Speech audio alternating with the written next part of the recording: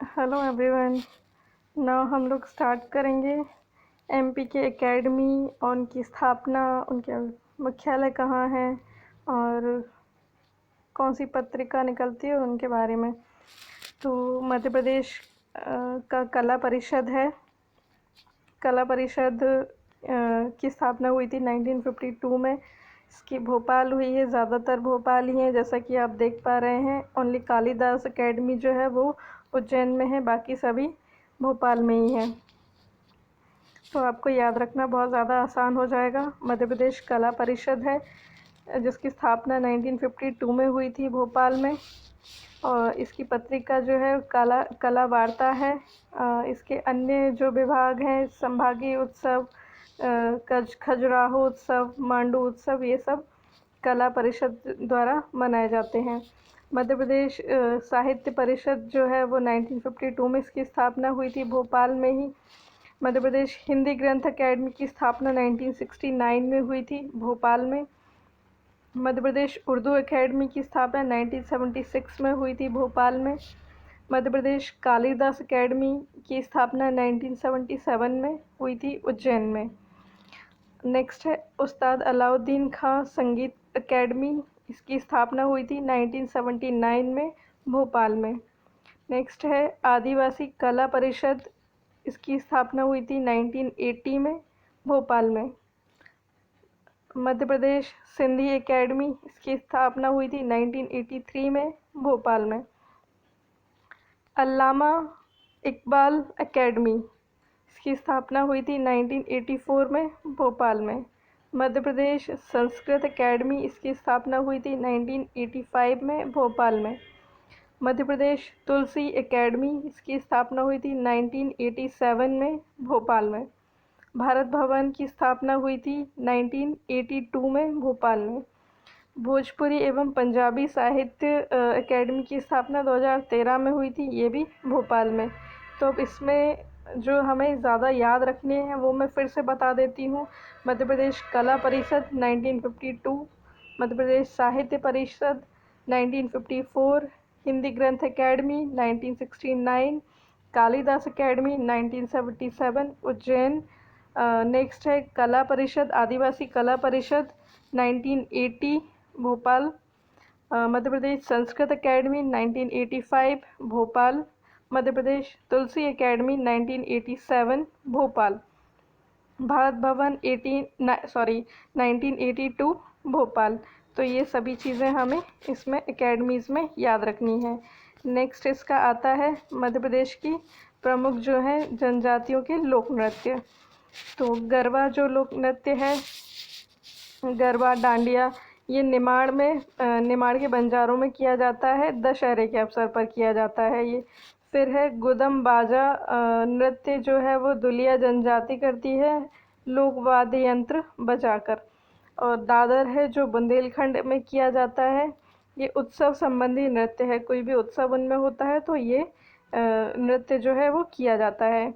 फिर सुआ, ये गलत यहाँ पे दिया हुआ है, इट्स सुआ है। सुआ नृत्य ये बैगा जनजाति करती है। मेकाल जो पर्वत रीजन है, मेकाल श्रेणी है, वहाँ पे किया जाता है। ये लावणी के लिए प्रसिद्ध समूह में महिलाओं द्वारा ये किया जाता है। फिर नेक्स्ट है जो कर्मा नृत्य है वो बैगा जनजाति द्वारा किया जाता है। गोंडी नृत्य जो है वो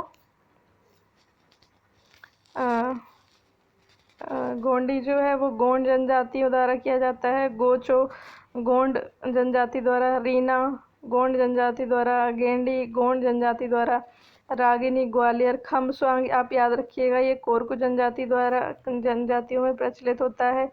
रागिनी सभी जनजाति द्वारा ये किया जाता है। ये नृत्य खम्बस्वांग होता है, ये बहुत फेमस है, ये कोरकू जनजाति द्वारा किया जाता है। दीपावली के पश्चात किया जाता है ये। फिर अगला इसमें आप चटकोरा याद रखिएगा, ये भी कोरकू जनजाति द्वारा किया जाता है। फिर भगोरिया जो है वो भील जनजाति द्वारा किया जाता है। ये सभी होली के अवसर पर किए जाते हैं। परधोनी जो है वो बैगा जनजाति के द्वारा किया जाता है। और जो लहंगी है वो कंजर, बंजारे या सहरिया जनजाति द्वारा किया जाता है। बाकी इसमें आपको याद रखने की आवश्यकता नहीं है। फिर मध्य प्रदेश के जो लोकगीत हैं वो हैं इसमें दिए हुए हैं। तो आल्हा गीत, आल्हा गायन जो है वो संपूर्ण मध्य प्रदेश में लगभग गाया जाता है। ये बघेलखंड में ज़्यादा फेमस है। फिर लावणी गीत जो है वो मालवा रीजन में बहुत फेमस है। सिंगाजी एवं दलूजी जो गीत हैं वो निमाड़ रीजन में गाए जाते हैं। माच जो गीत है वो मालवा रीजन में गाया जाता है। दुलदुल घोड़ी गीत है, ये सहरिया जनजाति द्वारा गाए जाते हैं। लहंगी गीत भी सहरिया जनजाति द्वारा गाए जाते हैं। भगोरिया जो गीत हैं भगोरिया भील के द्वारा गाए जाते हैं। परधोनी बेगा जनजाति के द्वारा गाए जाते हैं। सैला गोंड, बेगा और प्रधान जनजातियों द्वारा गाए जाते हैं।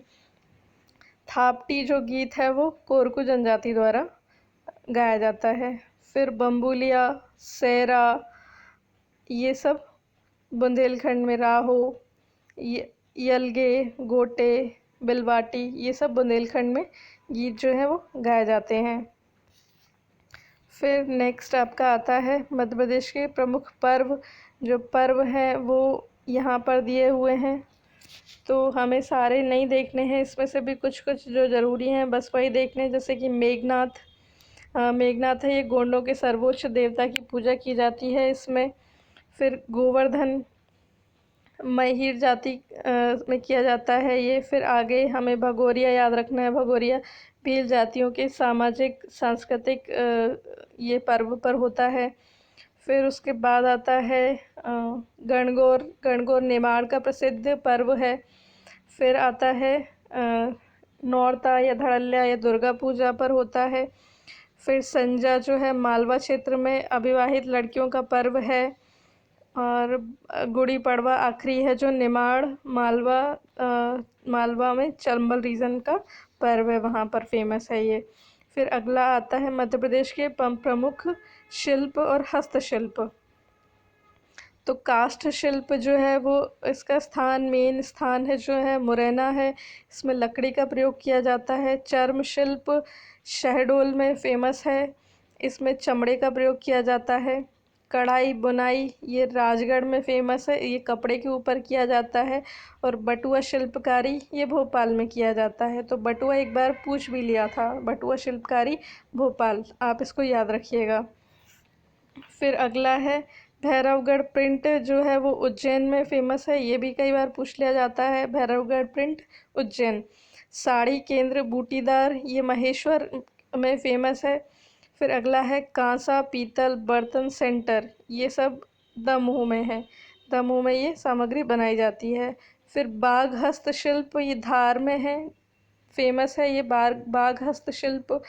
बाकी गुफाएं भी हैं, तो बाघ हस्तशिल्प धार आप याद रखिएगा। मैंगलोर टाइल्स ये बालाघाट में बनाई जाती हैं। कोलिकादा साड़ी ये चंदेरी में बनाई जाती है, ये बहुत फेमस है। तो ये सारे हस्तशिल्प आप इनको याद रखिएगा। ज़्यादातर इसमें कास्ट, कढ़ाई बुनाई, बटुआ, भैरवगढ़ और ये बाघ हस्तशिल्प और ये चंदेरी, ये आप याद रखिएगा। फिर अगला है मध्य प्रदेश के प्रमुख लोक नाट्य। तो माच जो है, माच मालवा रीजन में लोक नाट्य होता है। काठी है जो निमाड़ में होता है, एक तरह से नाटक किया जाता है, गीत गाकर एक तरह से नाटक जो है वो रचा जाता है।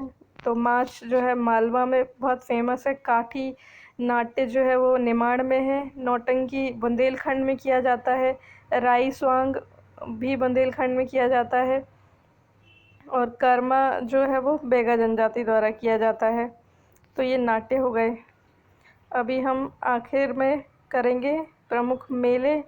तो मेले में आता है, पहला है सिंहस्थ मेला, ये उज्जैन में लगता है। दूसरा है सिंगाजी का मेला, ये पिपलिया खुर्द खरगोन में लगता है, पिपलिया खुर्द खरगोन। सिंगाजी और कालूजी महाराज का मेला ये दोनों पिपलिया खुर्द खरगोन में लगते हैं। महामृत्युंजय का मेला ये रीवा में लगता है, ये बहुत फेमस है। अगला है काना बाबा का मेला, ये शोडलपुर होशंगाबाद है इसका आंसर। फिर जोगेश्वरी देवी का मेला, ये चंदेरी अशोकनगर में लगता है। फिर अगला है तेजाजी का मेला, ये गुना के भामावाड़ गांव में लगता है। फिर पीर बुधान का मेला, ये सांवरा शिवपुरी में लगता है। धमोनी उर्स का मेला धमोनी सागर में लगता है। अगला है मानधाता का मेला ओमकारेश्वर में लगता है। फिर अगला है नागाजी का मेला, तो ये मुरैना के पोरसा ज़िले में लगता है। फिर सलकनपुर का मेला, ये सीहोर के सलकनपुर में ही लगता है। फिर जल बिहार का मेला, यह जल बिहारी का मेला भी बोला जाता है इसे, ये छतरपुर ज़िले में लगता है। फिर अगला है शंकर जी का मेला, ये धारागढ़ पचमढ़ी में लगता है।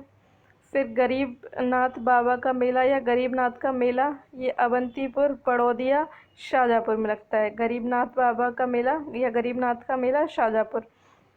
चंडी देवी का मेला, ये घोघरा गांव सीधी में लगता है।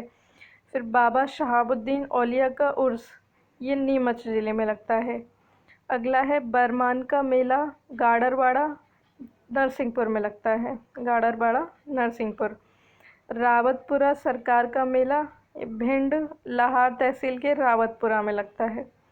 हीरा भूमिया का मेला ग्वालियर गुना क्षेत्र में, ग्वालियर और गुना का जो रीजन है इसके आसपास के रीजन्स में ये हीरा भूमिया का मेला लगता है।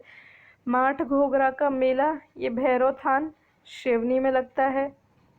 रामलीला भांडेर दतिया में लगता है। कपिलेश्वर मंदिर का मेला, ये सारंगपुर राजगढ़ ज़िले में लगता है। और सर्वाधिक मेले उज्जैन ज़िले में आयोजित होते हैं। तो ये हमारे मेले हैं, तो इन्हें आप याद रखिएगा।